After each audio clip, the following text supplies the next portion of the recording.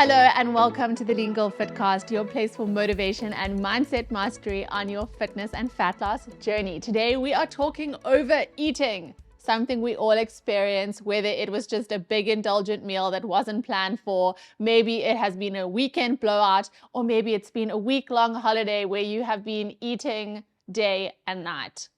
This can often trigger a shame shitstorm, especially if we have been trying to stay on track and we've now let it all loose. This can either end in more overeating to try and eat our feelings, make ourselves feel better, or it can trigger a restriction cycle, which I, from experience, know all too well.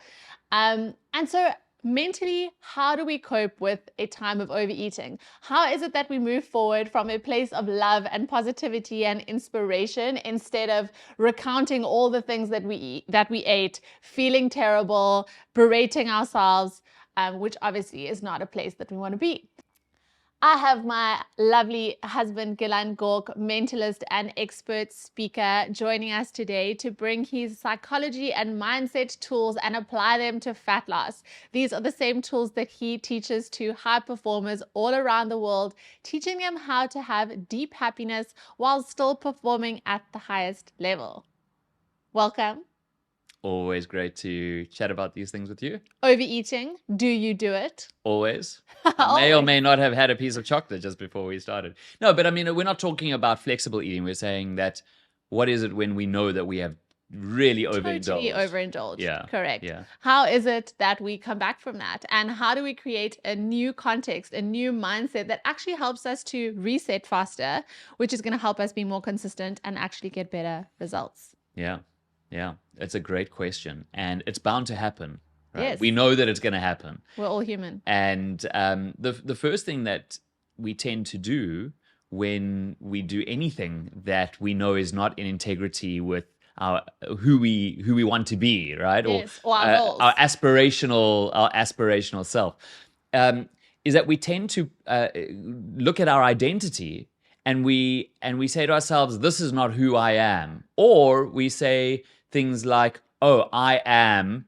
Fill in the blank of whatever way that you're criticizing yourself. Yes, I have no discipline. I can't stay consistent. And isn't it so funny how then our actions are aligned with that? Often people that say to me, I have no discipline, you have decided that you could not be disciplined. Exactly. So it's a mistake to start developing an identity based on what you've just done. Yes. Look, the best way to explain this or to add to this is one of my favorite books is called The Magic of Thinking Big by Dr. David Schwartz. I think it was written over 40 or 50 years ago, but it's classic, timeless advice. And he has this analogy that in our brains, we've got these two bankers, call it Mr. Positive and Mr. Negative. And they are extremely loyal. Both of them are extremely, extremely loyal, and they file everything away.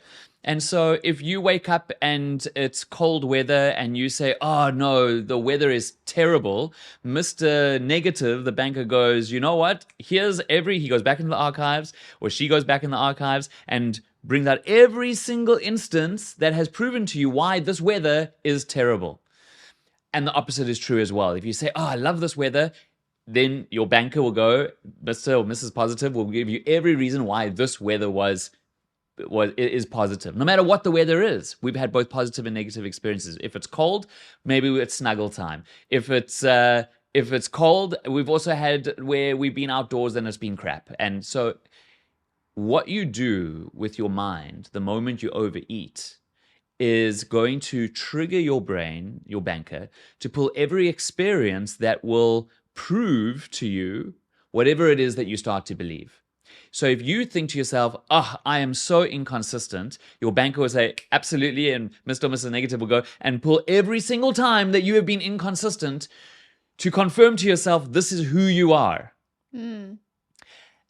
Or the opposite is to say, "Oh, I overate, I was inconsistent this time," but you're not giving yourself the label of "I am inconsistent." You're saying, "I was or I overate this time." Yes. There's a difference between. I'm not the person who always overeats. Exactly. So yes. Are you shaming your character? That is what shame is. The difference between shame and guilt. Guilt is saying, "Oh, I shouldn't have overeaten. I feel terrible about that, so I'm going to make a change.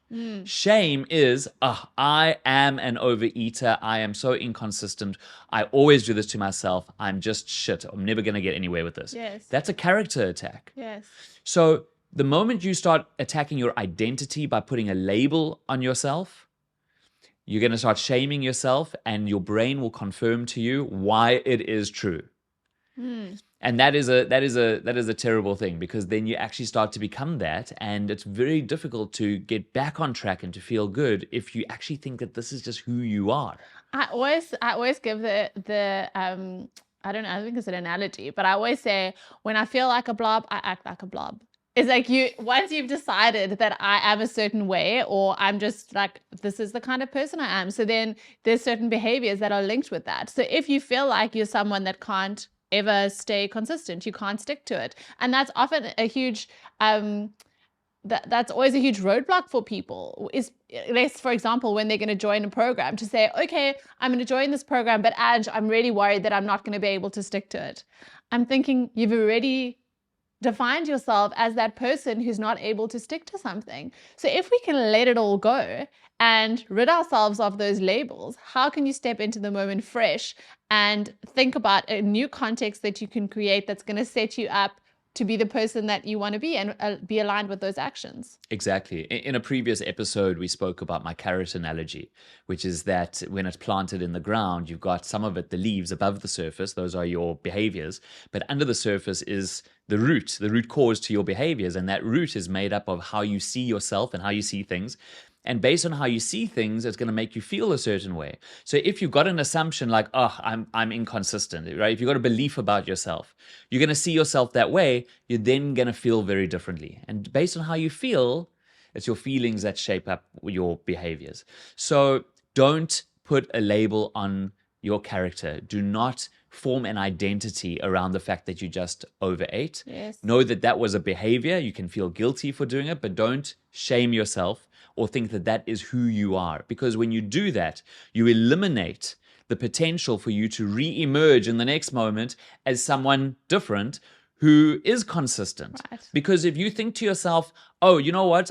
I am consistent, your banker will go back and pull every single thing that you've done in various areas of your life that show that you have been consistent, yes. and you have the potential to be consistent. Yes. And so when you do that, when you refrain from labeling yourself, you are allowing the potential of yourself, the potentiality for you to emerge in the next moment as someone who is consistent.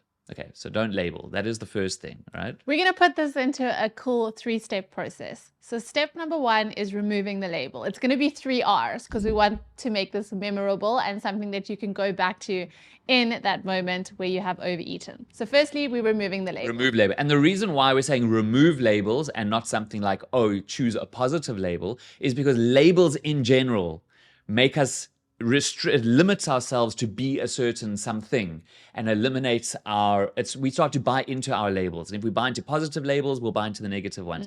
When we have no labels, when we remove labels, we have a higher potentiality to just emerge in the next moment as whatever we want to be. Okay, so remove labels.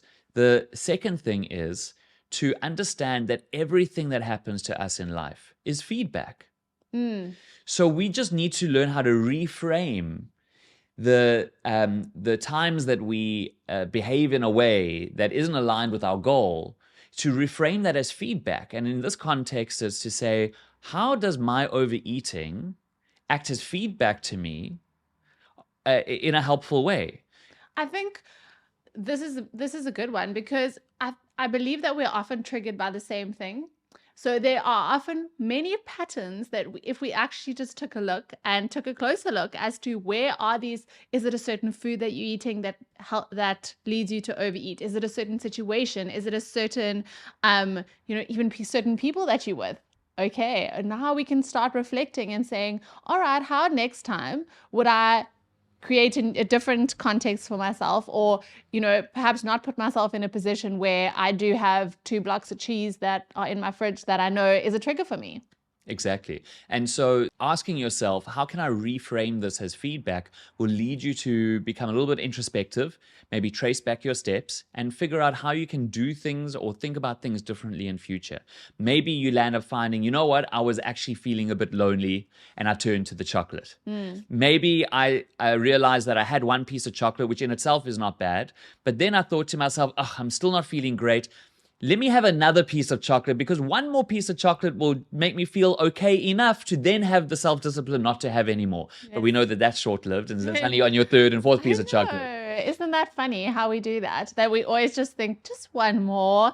And we were talking about this last night, is that it actually lasts seconds. Yeah, the chocolate in your mouth lasts Something split in your seconds. mouth lasts seconds. It's so depressing, and then you need another piece. Yeah, and maybe it's also something to do with your environment. Like, you know that, okay, every time I sit down to watch Netflix, just being in that context immediately makes me want to eat the Snackies. chocolate or have the snacks. Snackies Or come out. Exactly. So then what can you do things to maybe change your environment or lock the chocolate away? Yes, or find a lower calorie snack that you can have instead. Have something else that's as easily available and tasty. So there are things that we can do in our environment as well to make it more difficult to get the chocolate and to make it easier to have a different satisfying snack. So step number that's two. Step number 2, is to reframe as feedback. Reframe as feedback. Right? Not as a failure, but as feedback. Love it. Okay. Step number 3. Step number 3 is to recommit to the process.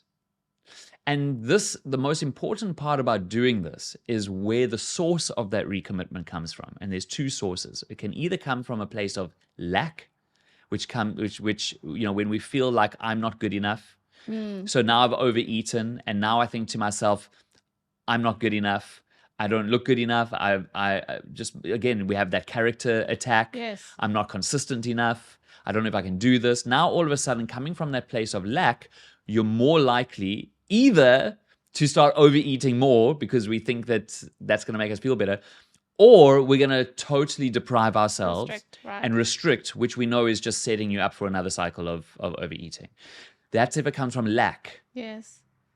I love the word recommit. And I think recommitting as quickly as possible is the key in getting better results and more consistency, because often it's not that one meal, it's not that piece of cake, it's not the ice cream that you had. It then is the next meal and the next meal and the next meal, and we're going to recommit on Monday or next week or whenever it is. The faster we learn to recommit, the faster the results show up. Exactly. I mean, there's that famous clip by Rocky Balboa where he says, it's not how many times you get hit, it's how many times you get up. Yes. Yeah, he's giving this pep talk to his son. Love so Rocky. It's exactly that. Progress, even if it's 2 steps forward and 1 step back, is still progress. Because you will never be perfect. You will not go weeks, months without overeating. It's going to happen. You're human. It always happens. But how fast we can come back from that, be a comeback queen, reset, recommit, the better. And so when we recommit from a place of love, what that means is to say that who I am has got nothing to do with what I just did, the overeating. That was a behavior. That was something that happened. And it's to come from a place of fullness or completeness, of saying I'm already enough, saying that my happiness is not only going to arrive when I hit that goal of being consistent. In fact, it's the other way around. The consistency will come when we already feel happy. So it's about removing that sense of self-loathing, of that self-beratement, of feeling like we're not good enough, and saying I will only feel good enough when I hit that weight goal. Yes. But saying I feel good enough now. In fact, it's the seeking of that goal that's causing me to not feel good. So just drop any seeking. And already know inside that there is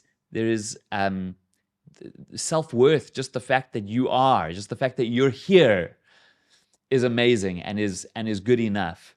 You will hit your goal, but recommit from a place not of desperation and impatience and self-loathing, but from a place of completeness and patience and knowing that any journey of success is going to have these. It's all part of it. But like you say, even slow progress is better than no progress.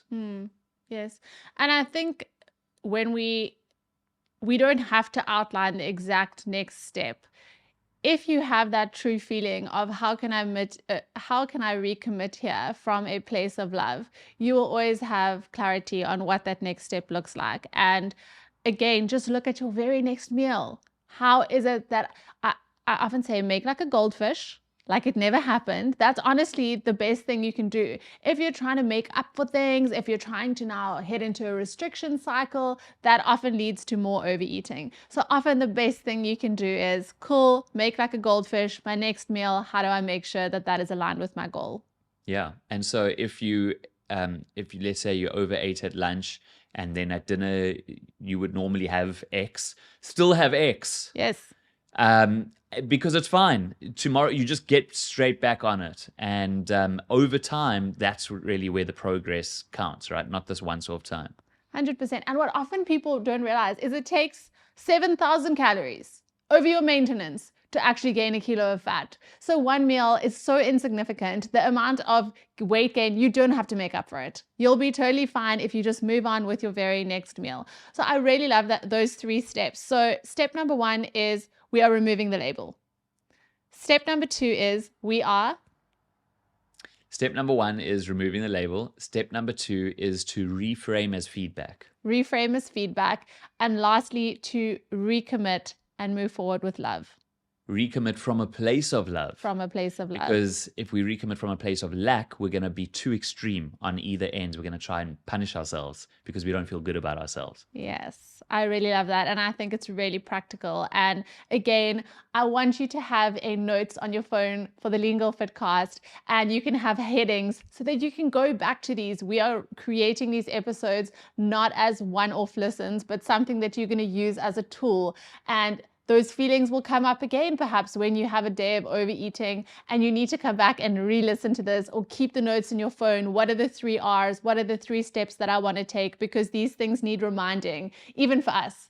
They're things that we need to go back to and remind ourselves of, because when we're feeling emotional about something, it's difficult. It's difficult to sometimes even want that intervention, which is something we've spoken about. So please keep this in your fat loss toolbox. And I want you to go back and listen to these episodes again and again. Yeah. So if you haven't done so already, take out your phone right now and say, when I overeat, number 1 is remove labels. Number 2 is reframe as feedback. And number 3 is recommit from a place of love.